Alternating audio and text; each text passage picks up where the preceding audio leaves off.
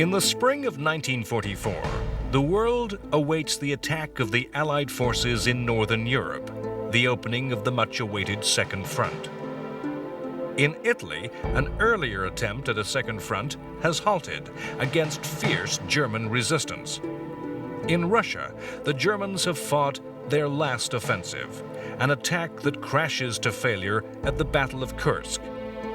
The end of the Blitzkrieg as a menace is mirrored by the end of the German U-boat threat, as the German Navy is defeated in the Battle of the Atlantic. As the endgame begins, the Axis leadership can now only act to postpone its inevitable doom.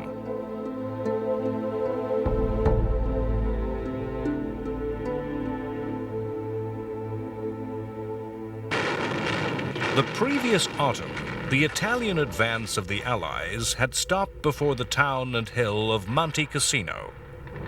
In the spring of 1944, 4 battles were to be fought in an attempt to take the town that dominated the front and prevented any move north.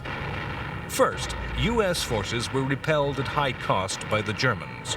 Then Indian and New Zealand troops, assisted by heavy strategic bombers, made 2 attempts to take Cassino, both times defeated with heavy losses. By the April of 1944, the Italian campaign had reached crisis. The success of the Germans was giving Hitler hope. The battles seemed to prove that German arms could deny both the greater numbers and material strength of the Allies. Both American and British generals admitted themselves bereft of ideas. The position was finally prized open by fresh minds. Free French troops drawn from Moroccan hill tribes found ways through mountains thought impassable and encircled Cassino. Free Polish troops made a near-suicidal attack from the south. Cassino fell, and the Italian front opened for movement. In the release from the frustration that the fight for Cassino had generated, clear military judgment became clouded by ambition and lust for glory.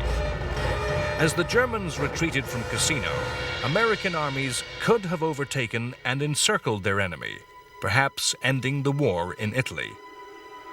Instead, U.S. General Mark Clark, an officer who felt the failure at Cassino personally and suspected the British of attempting to steal the glory of victory, ordered an advance on Rome, and the Germans fled northwards in safety. On June 4th, American forces entered Rome in triumph. Meanwhile, German engineers were preparing a new complex line of fortifications against which the battle would have to be fought all over again. Soon, the glory of the capture of the Italian capital would be overshadowed by greater events. As Cassino fell, in the Pacific, U.S. forces for the first time occupied Japanese territory. The Marshall Islands were a remote group of 36 Micronesian atolls forming part of the outer perimeter of Japanese defenses. In a brilliantly planned and executed attack which used intelligence derived from broken coded signals, which enabled the U.S. forces to find the weakest points in the Japanese fortifications, the islands were taken over by 80,000 troops. In the spring of 1944, fighting continued in the struggle along the borders of Burma, India, and China. British Empire forces were on the defensive against renewed Japanese attacks. Based on the adage that attack is the best form of defense, the Japanese had mounted an offensive to preempt a British and U.S. invasion. 85,000 Japanese troops attempted to take the remote towns of Impal and Kohima, towns that were effective gateways into India. The British Empire troops were ordered to resist, with no retreat or surrender, and Imphal and Kohima were besieged. The British supplied their troops by air, the Japanese not at all, and their troops began to suffer from starvation and disease. The British troops defied Japanese attack after Japanese attack for 80 days, with increasing desperation on both sides. In late June, the Japanese were forced to withdraw. Only a quarter of their troops had survived. The British began preparations to pursue their enemy. For nearly 4 years, Western Europe had suffered German occupation. However, it was clear to the world that this era of history was ending. All over southern England, the signs were that the invasion was coming. A massive assembly of men and material was gathering. The Allies aimed to bring an overwhelming strength to bear against the Germans. The invasion was given a secret codename, Operation Overlord. The coast of Britain, to a depth of 16 kilometers, became a secret forbidden military zone. Villages evacuated of civilians, countryside and coast requisitioned by the military, as armed forces practiced and practiced again the skills of amphibious warfare.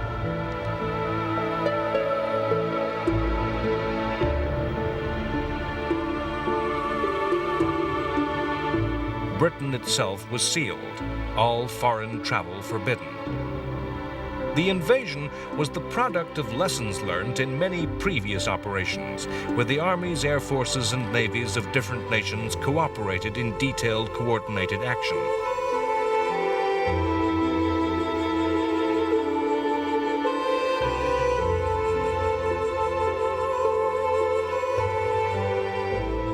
At the top of the organization was United States General Dwight D. Eisenhower.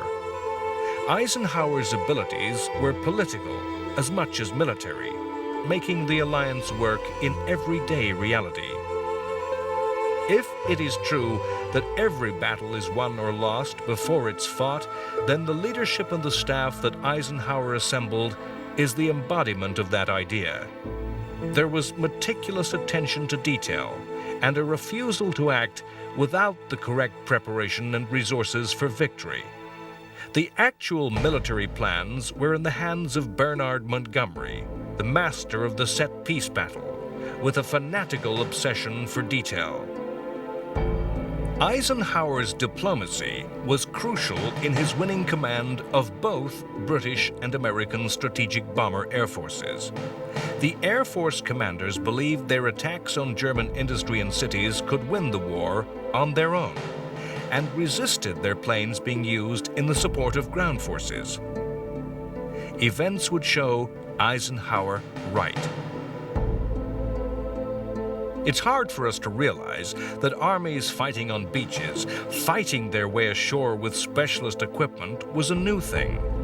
Historically, amphibious landings were made by ordinary ships, ordinary boats, by small armies. The size of armies, the lack of radar, of aircraft, of the telephone, meant amphibious landings were made unopposed. The lessons of previous invasions in North Africa and Italy brought forth new technologies of war. Swimming tanks were designed to fight with the very first wave of attacks. Provided with flotation tanks and propellers, the tanks were launched at sea and swam ashore to suppress fire from defending infantry. Specialist fighting vehicles cleared mines, laid roads, and bridged obstacles. It was an eccentric area in which the British excelled.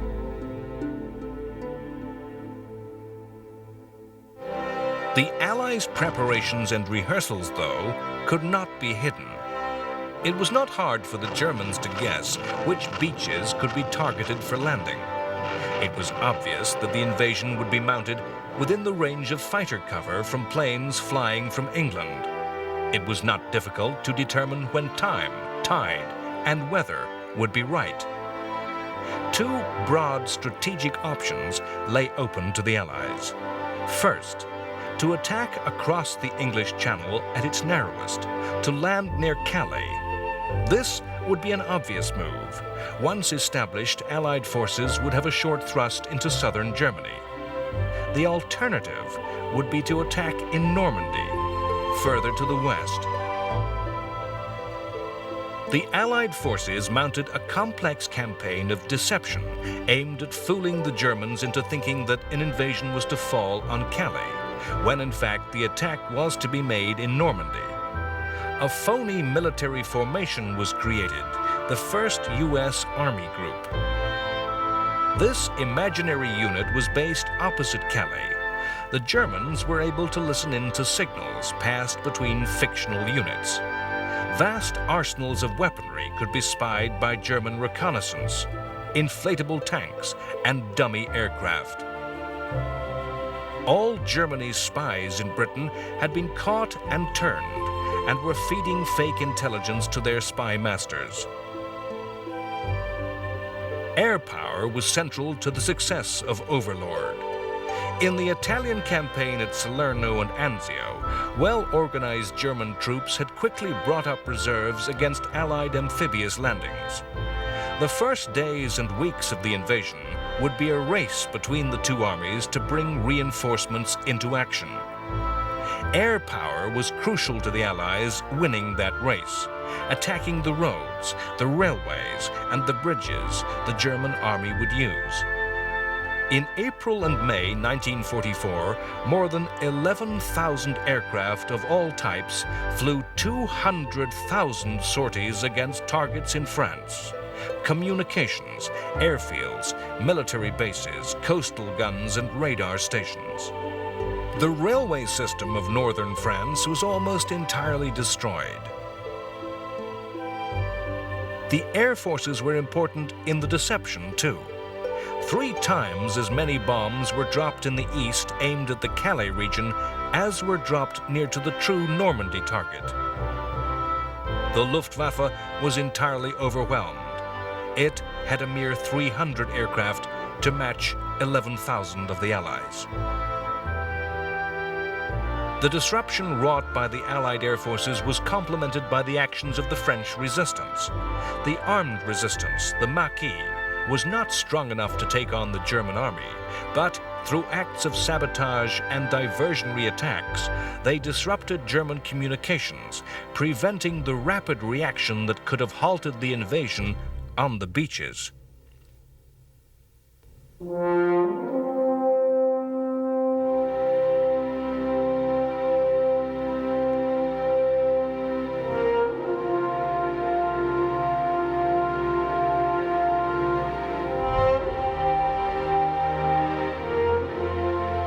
The number of ships involved on June 6th is stupefying to the imagination. 6,483 vessels were to cross the Channel. So large a fleet that had Calais been chosen, there was not enough sea room for such a fleet where the Channel was at its narrowest. The fleet included 4,000 landing craft and hundreds of specially adapted transport ships and stretched from horizon to horizon in every direction.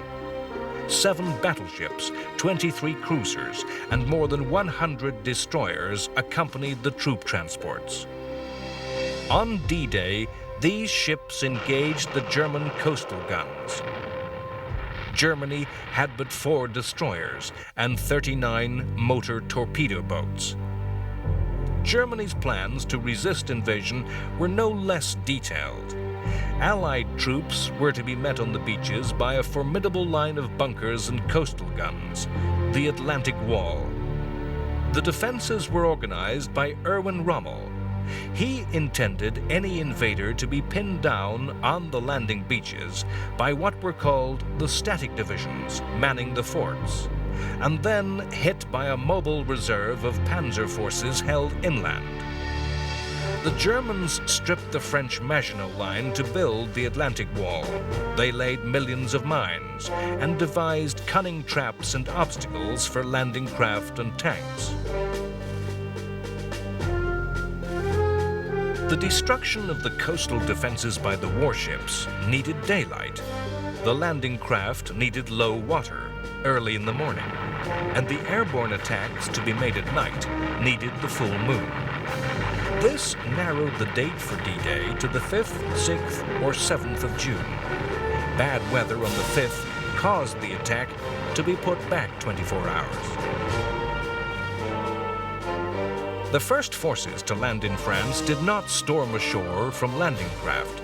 Rather, they arrived in the early hours of the morning of the 6th. Landings were made by over 23,000 parachute and glider troops. The airborne landings were made on the flanks of the invasion zone to protect the beaches from counterattack, whilst the seaborne forces established a bridgehead. The ground forces were delivered to 5 landing beaches. In the east, 2 areas, codenamed Utah and Omaha, were the responsibility of the American forces. The experience of fighting on the 2 beaches was very different. On Utah Beach in the far west, the American forces met perhaps the weakest of German troops. 3 battalions of infantry defending the beaches surrendered without firing barely a shot. The Utah casualties of 197 were the lowest of any on the day of the invasion, in comparison to the 23,000 who came safely ashore. In contrast, the U.S. forces landing on Omaha underwent the very worst of ordeals endured by any troops on June 6th. The U.S. 1st Division came ashore to be met by perhaps the very best troops that the Germans had stationed on the coast. The American soldiers landed on beaches overlooked by cliffs, beaches onto which the Germans were able to direct murderous artillery fire. At Omaha, the swimming tanks were launched too soon, and many foundered in heavy seas. Without the support of these tanks, the infantry on the beach was vulnerable to German infantry in fortified positions. Omaha Beach has been called a disaster and portrayed in fiction as hell. Yet, despite 2,000 deaths on the first day, 34,000 came ashore.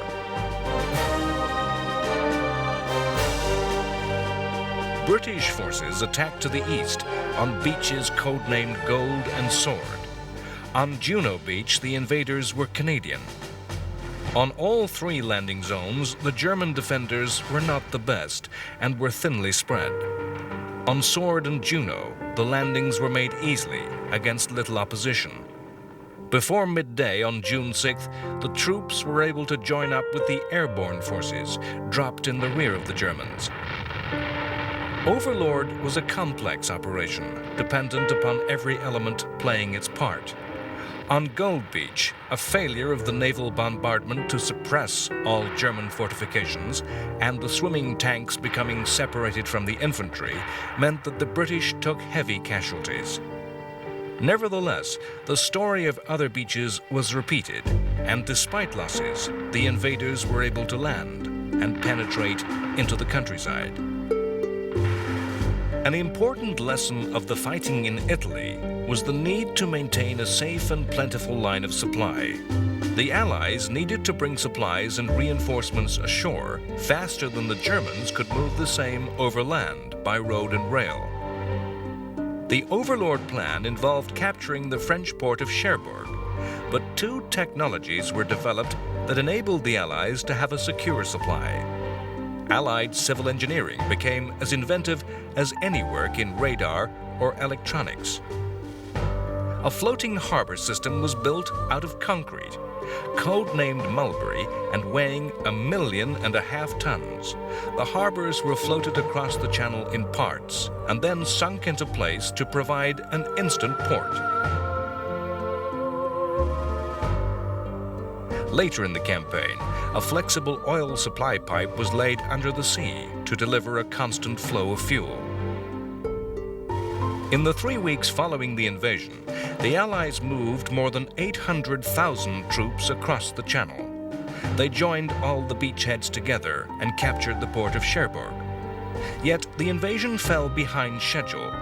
The territory held by the Allies was too small to hold the troops that had been transported. Not enough airfields had been captured. Germans, skilled in anti-tank and defensive warfare, were defending stoutly in the countryside that the French called bocage. Bocage was a medieval field system. Over hundreds of years, thick hedgerows had grown to create deep sunken lanes that provided the Germans with row after row of ready-made deep trench lines, ready-made defenses that could stop tanks. The same roads forced attackers into vulnerable single file, traps with no room for maneuver. The Norman town of Caen was a D-Day objective. 3 weeks after D-Day, it was still German-held. As long as the Nazis held the town, they denied access into the countryside to the south, where the bocage ended, and tanks could maneuver with freedom. It was countryside where airfields could be built. Repeatedly, British and Canadian soldiers threw themselves against Caen, only to be repulsed. British General Montgomery took the ruthless decision to call in the heavy bombers of the Strategic Air Forces. Caen was to be liberated by being bombed into ruins. On July 7th, the Royal Air Force and United States Army Air Force systematically demolished Caen.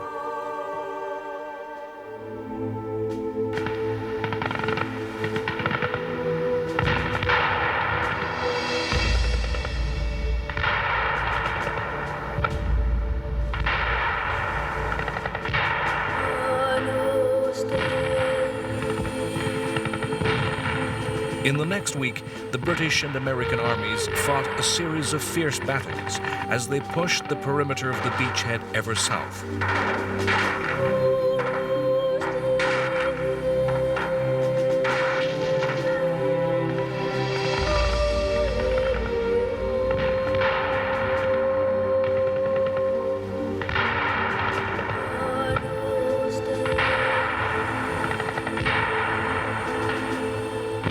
Repeatedly, the strategic bombers carpet-bombed German positions. By mid-July, the British had lost more than 1/3 of their total tank force. The American army in the West, following extensive carpet bombing, finally broke through. Their push to the south opened the war and broke the stalemate. The attack that developed turned around the German flank and began to surround their Normandy armies. Hitler had ordered a counterattack in early August that threatened to cut off and surround the Americans. Again, the great secret of the broken German codes came into play. The Allies were ready and waiting, and the Germans were defeated with heavy losses. The tank came of age in World War II. The decisive and devastating attacks of the 1940 German Blitzkrieg had demonstrated the potency of armored warfare. Yet, to every invention, there is a reaction. And during the war, powerful techniques and weapons of anti-tank warfare had been devised. The armies fighting in 1944 were far different from those of 1940. No longer did infantry simply flee before advancing tanks, as they had in 1940. Tanks were still an essential ingredient for victory, but needed the support of specialized infantry and mobile artillery to counter the anti-tank regiments of their enemy.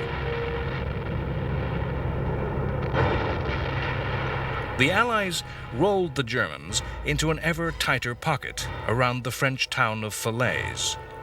By the middle of August, nearly 500,000 Germans were in an ever more tightly closing trap. Attackers on all sides, to their rear, the obstacle of the River Seine. In what came to be called the Battle of the Falaise Gap, determined action by the SS Hitler Youth Division, a formation of fanatics recruited entirely from the Nazi youth organization, held back the Allies, while 300,000 Germans streamed across the River Seine in a mass escape. All German heavy equipment was lost, 1,300 tanks destroyed, and 200,000 taken prisoner. The original Overlord plan intended the Allies to halt at the Seine, to regroup and reorganize. Instead, Eisenhower decided to capitalize on the victory won and ordered pursuit of the Germans across the open country of France. Hitler had not allowed the preparation of any fallback defensive positions. There was nowhere to hide, nowhere to stand and fight. The Germans had to run all the way to Belgium and the Netherlands, even to the borders of Germany itself. Hitler's strategic common sense had not entirely deserted him. Realizing that long lines of supply would weaken the Allies, he commanded all channel ports garrisoned by stay-behind forces to be turned into fortresses and defended to the last. As the Allies neared the borders of the Low Countries in early September, few thought the war would last into 1945. In mid-August 1944, as the Normandy battles were reaching their height, the Allies mounted a second invasion of France on the Riviera. Originally planned to be simultaneous with the Normandy attack, a shortage of landing craft caused the southern invasion to be delayed. Again, there was a massive naval bombardment, and once again, the Allies enjoyed massive air superiority, with 2,000 planes against 200 German. Once initial resistance had been broken, the task of the American and Free French armies was of pursuit and entrapment of the constantly retreating Germans. The Riviera landings threatened to confound Hitler's plan that Paris should be turned into a fortress and battleground. Hitler talked of the French capital as a Stalingrad that would entrap the Allied armies and lead to their annihilation, enduring the same fate as befell the German army at the Russian city a year before. The Riviera landings threatened to surround Paris and instead make the city a trap for the Germans. On August 18th, when it became apparent that the Allied armies were threatening to overwhelm the occupiers, the population of Paris rose in revolt, and fighting broke out on the streets. Eisenhower and Montgomery refused to attack for the sake of attacking. They too saw the lesson of Stalingrad. They ruthlessly believed that liberation could wait, and only military necessity justified attack. As it became clear that the city was fighting to free itself, the Allies were forced to act. Leader of the Free French, Charles de Gaulle, feared that French communists were attempting a takeover and using the fighting to eliminate their rivals for power in post-war France. The Allies agreed that Free French forces could be released, and on August 23rd, their tanks entered Paris. The German command surrendered. De Gaulle led Allied forces in a march of triumph down the Champs-Élysées.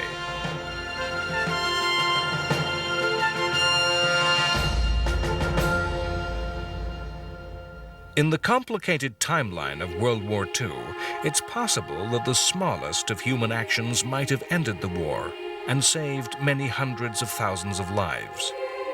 On July 20th, there was an assassination attempt upon Hitler. An officer on Hitler's staff, Klaus von Stauffenberg, a German patriot and war hero, planted a bomb in a meeting attended by the dictator. Fortune was at Hitler's side that day. The meeting changed location to a building that minimized the effect of the blast.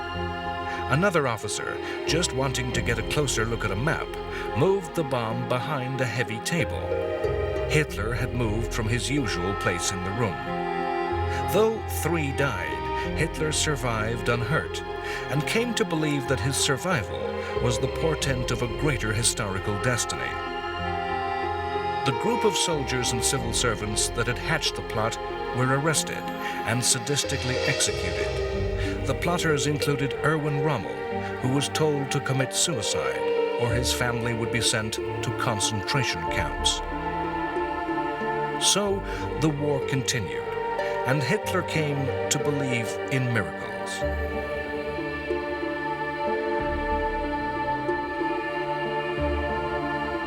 The Allies enjoyed the results of many new technologies, new weapons, and new scientific ways of waging war. This war of invention was not one-sided. Germany was one of the world's leading scientific nations, and the German armed forces enjoyed the use of futuristic weaponry. As the Allied armies fought to establish their grip upon northern France, one of the most famous products of German ingenuity made its debut. On June 13th, the first V1 flying bomb was launched against London.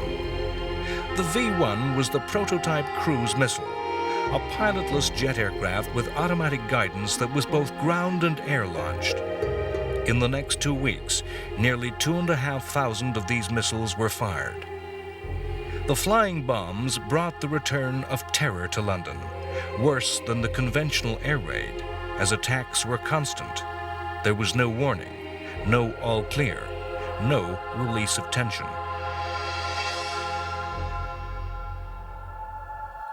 As in 1939, children and the vulnerable were evacuated. Some of the missiles were destroyed by anti-aircraft artillery. The fastest of fighters could catch and shoot down the V1, but this needed courage from the pilot, as the missile exploding frequently destroyed the attacking fighter.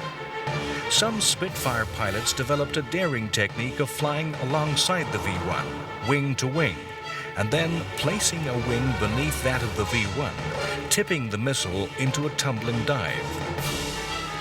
In September 1944, mysterious and massive explosions began to occur all over the British capital. A thunderclap of destruction would be followed by a roaring noise that shocked and dazed survivors, likened to that of a speeding train. The explosions were attacks by a new German secret weapon, the V2. The V2 was the first ballistic missile. The roar that followed the explosion was the sound of the supersonic missile arriving after the detonation. The government hid the truth. Official news talked of gas explosions. It was 2 months after the first V2 attack that the government admitted the new weapon existed. There was no defense against the V2. The missile took less than 3 minutes to fly to Britain.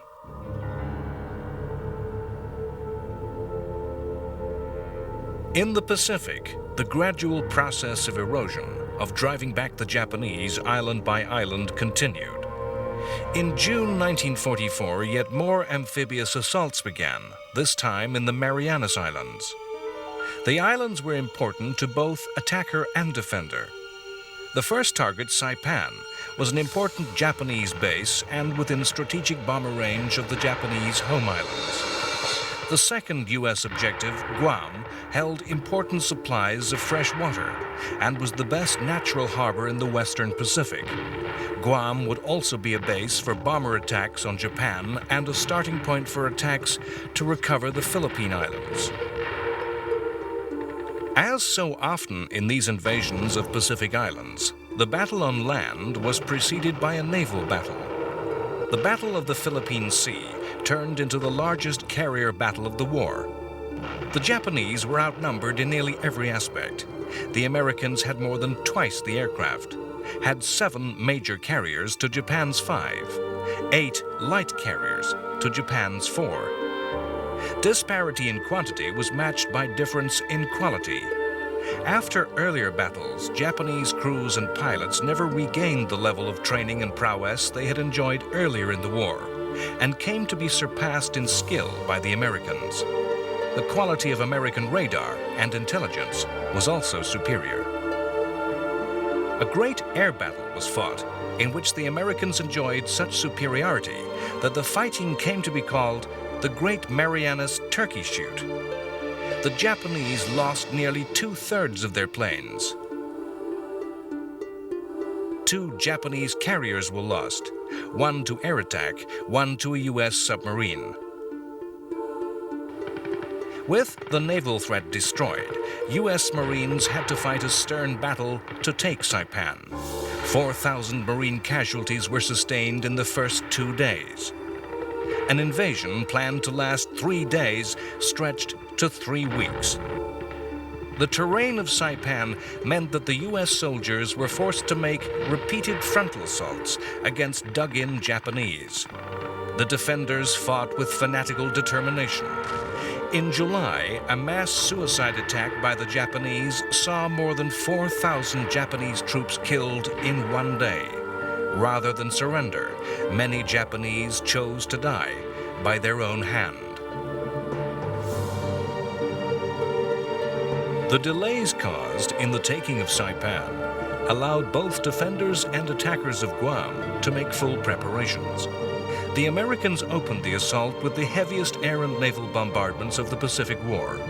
More than half the 20,000 Japanese defenders were killed before a single U.S. Marine landed. Although Guam was secured easily, the remnants of the Japanese forces fought on. The last surrendered in 1972.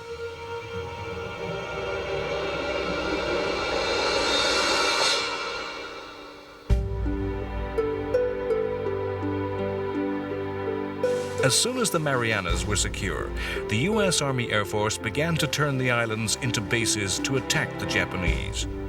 The raids were to be borne on the wings of a new aircraft, the B-29 Super Fortress. The B-29 was a huge aircraft that could carry a heavier bomb load at greater range than any other aircraft. At first, the planes had flown a tortuous route from bases in China, from where southern Japan was just in range.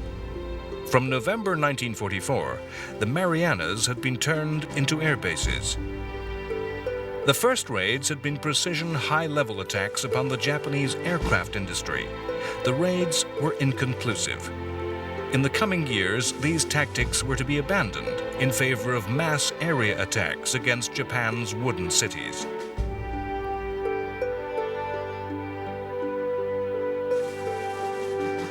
When ordered to retreat from the Philippine Islands in 1942, U.S. General Douglas MacArthur had famously promised to return. In late 1944, he gathered the forces to fulfill his vow. The Japanese occupation forces in the Philippines were ill-prepared to resist a U.S. invasion.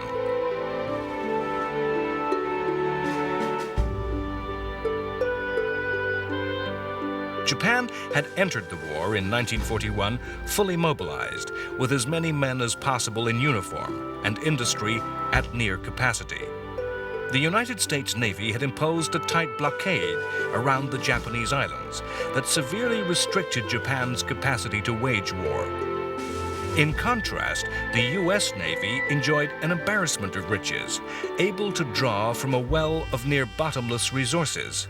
New battleships, new cruisers, new destroyers streamed from U.S. shipyards. Of the most important ships in the war, the aircraft carriers, no less than 21 new major carriers had been launched since Pearl Harbor, 5 times the equivalent number of Japanese ships. The total number of aircraft the Americans could embark was 3,000, 3 times the Japanese strength. In September 1944, U.S. carrier aircraft destroyed Japanese air forces on the Philippines. In October, MacArthur assembled a fleet of over 700 ships. And following a huge bombardment by battleships, U.S. troops landed on the Philippine island of Leyte. Japan responded with the dispatch of a massive naval force. The Battle of Leyte Gulf, as the battle was to be called, remains the largest naval battle in world history. The Japanese plan was for their aircraft carriers to lure away the American carriers from the landings. Meanwhile, a separate force of Japanese battleships would attack the troop transports and the landed forces. The Battle of Leyte Gulf has been described as the last throw of the Imperial Japanese Navy. Effectively, every major warship that remained to Japan was thrown into the gamble. The last reserves of ships, men, and aircraft were deployed to effect a decisive battle. The battle was, at the same time, a carrier battle, where the air forces of the 2 carrier fleets engaged each other and the enemy carriers. And it was traditional battle fleet engagement, where big gun battleships fought each other in duels of naval artillery. The battle was complex, as the 2 fleets divided their forces and searched for their enemy amongst the scattered Philippine islands. Admirals on both sides lost their nerve then found renewed determination. Massive Japanese battleships, the largest in the world, surprised light U.S. carriers, which fought courageous actions against opponents many times their weight. Destroyers attacked each other or mounted audacious attacks on much heavier ships. Ships were lost by both sides at Leyte, but the fortune of war smiled on America, and the result was a naval triumph which ranks as a victory alongside Trafalgar, as the U.S. Navy destroyed the Japanese. All 4 Japanese carriers and 2 of the battleships were sunk. Japanese Admiral Nishimura went down with his ship. With the naval battle resolved, the fighting on land began. MacArthur spectacularly waded ashore before the newsreel cameras. Further inland, 70,000 Japanese and 15,000 Americans died in the battle to establish a bridgehead. The Japanese failed to throw back the invaders, and a long battle for liberation began. It was at Leyte that a new word passed into the languages of the world: kamikaze. A kamikaze attack was a suicide attack by a pilot crashing his plane loaded with explosive onto an enemy warship.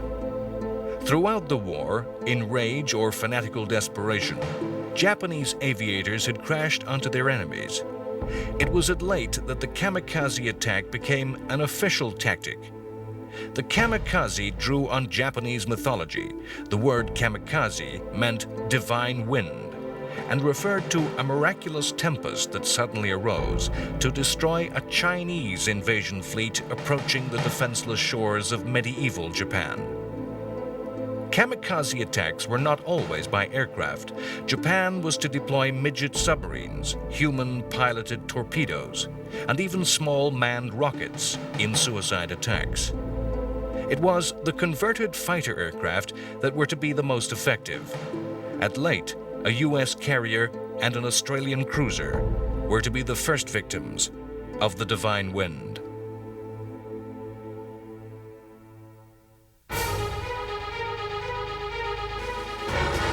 Hitler had seen the Western invasion as the greatest threat endangering the very heart of the Third Reich. On the Eastern Front, he was prepared to concede territory and transfer troops to the West. On June 22, 1944, as the fighting in the West was at its height, the Soviet Union launched a massive offensive that threatened a general collapse of the German armies in the East. Operation Bagration, named after a hero of the wars against Napoleon, was a huge attack. The numbers told heavily against the Germans. 1.2 million Red Army soldiers against 400,000 Nazis. 5,200 tanks against 900 German machines. 6,000 Soviet aircraft against 1,300 Luftwaffe planes. Hitler was to sacrifice the lives of many thousands of his soldiers by designating Soviet cities as fortresses to be held to the last man.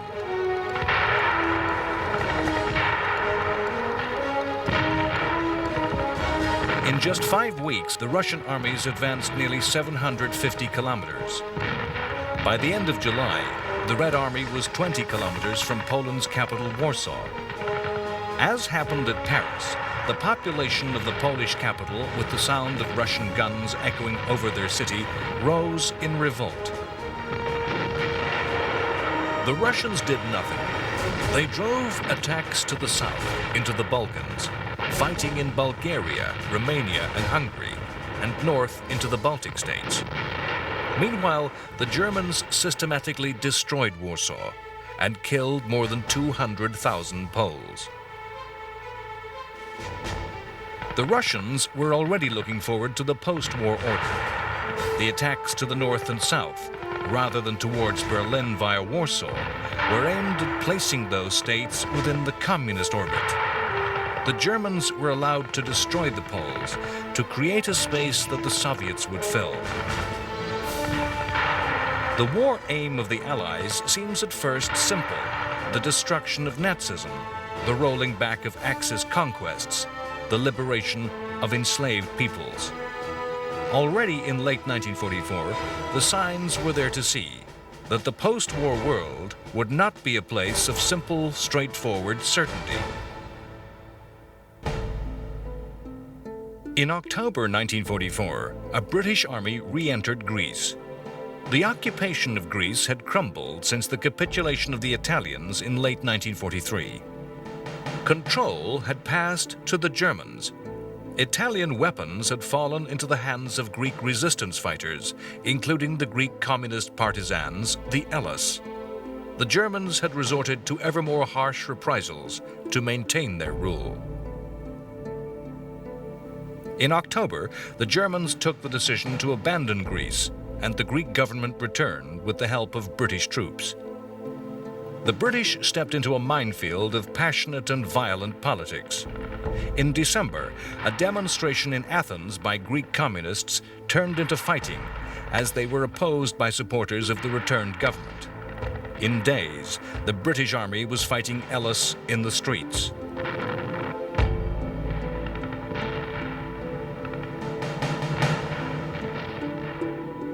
In the autumn of 1944, the optimism among the Allies at the end of the Normandy campaign that the war would soon be over was to prove misplaced.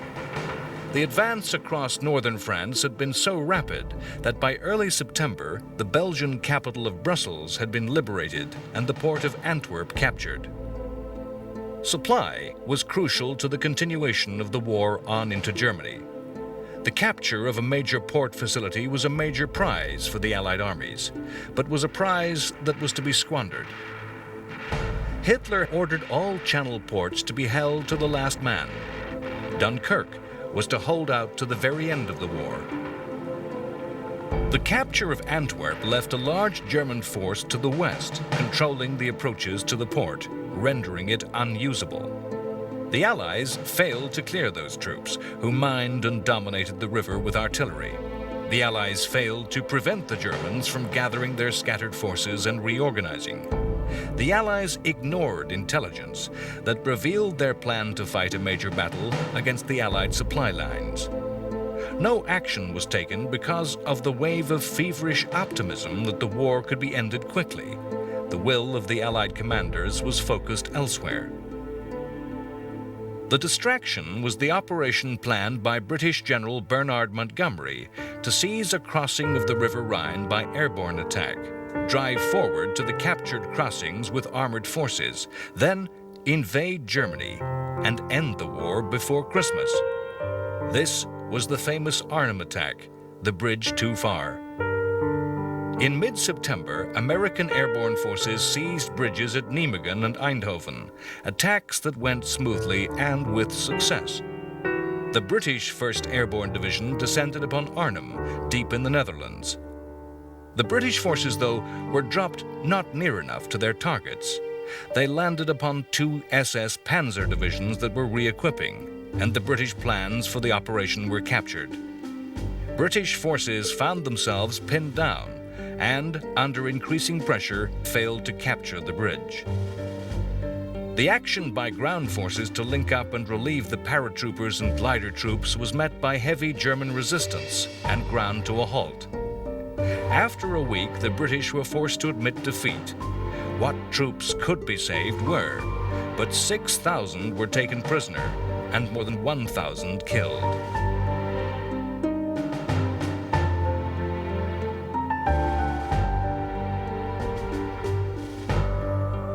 Arnhem was not a decisive defeat in itself, but the operation took Allied attention away from the situation at Antwerp. The failure to mount a simple mopping-up operation and make Antwerp port operational was to lengthen the war. After the chaos at Arnhem, the Allies had to fight a series of difficult actions against the German forces that had taken the opportunity to reinforce and prepare. The battles were fought across the flooded and waterlogged Low Countries. Attacks had to be made by commandos with amphibious vehicles.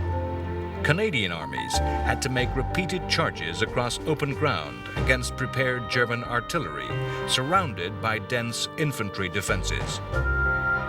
Pillboxes and strongpoints had to be taken one by one in close infantry action. The towns of the region had to be cleared in fierce street fighting. In the midst of all this, engineers and naval minesweepers had to clear the mines and booby traps with which the Germans had filled the waterways. It was not until late November, more than 80 days after its capture, that Antwerp was brought into action. A desire for victory, of an end to the fighting, only condemned Europe to enter another year of war. Next time, on World War II, The Complete History, in a desperate attempt to save Germany, Hitler attempts to repeat the triumph of 1940 with attacks through Belgium in what history comes to call the Battle of the Bulge. The Germans collapse in the east, and Russian armies enter Germany. They encounter Auschwitz, and the full evil of Nazism becomes known to the world.